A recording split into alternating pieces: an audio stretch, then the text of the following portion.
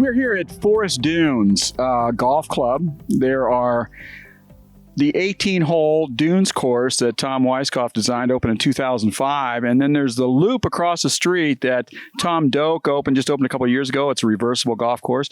Guys, we just came off the red course of the Loop. We played the black yesterday. Give me some thoughts, Mike, will you, a little bit? I've never seen a golf course like it. In fact, I had never even considered a golf course could be built like that.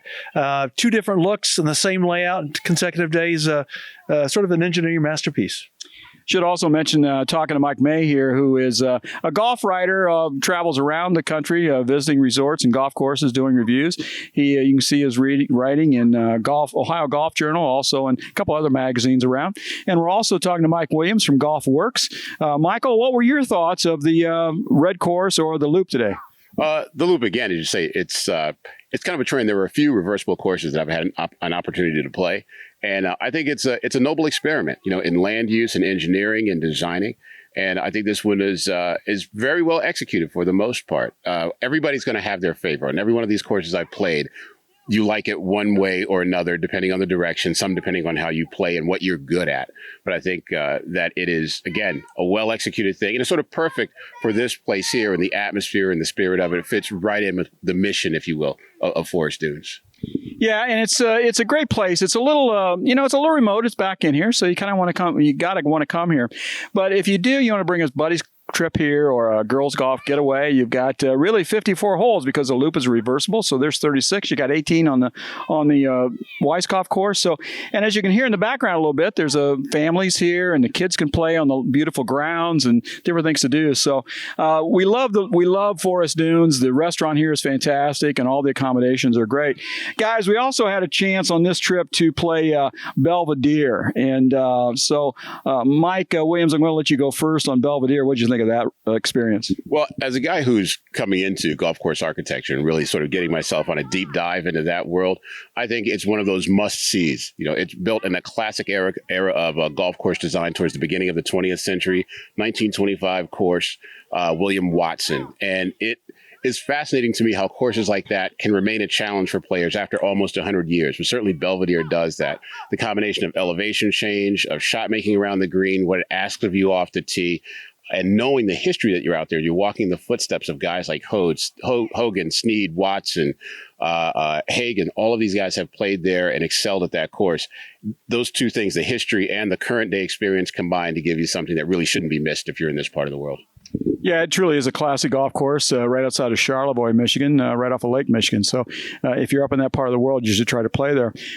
Mike May, what were your thoughts for Belvedere? I thought it was a classic course that wasn't necessarily long, but it's never going to go out of style. How they were able to use elevation changes and lots of nice, subtle but strong changes in the greens, gave every approach experience a different look. That course will play totally different every day depending on where they put the pins.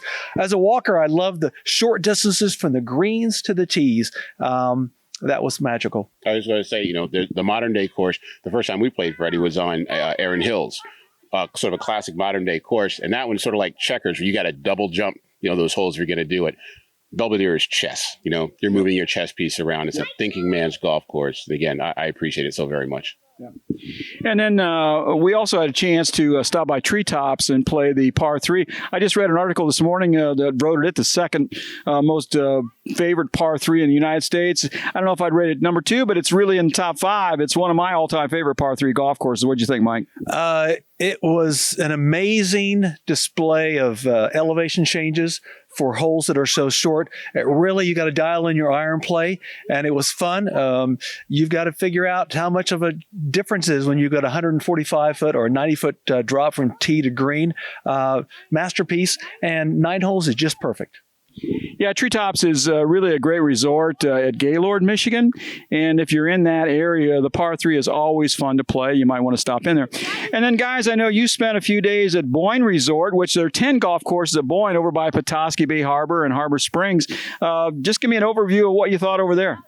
An incredible, diverse display of golf courses. Some are by the lake, some are inland, some are in the mountains. You can pick your choice, and you'll never get bored. You need to go back to Boyne 2 or 3 or 4 times to really experience it. Once is not enough, and twice is just the beginning.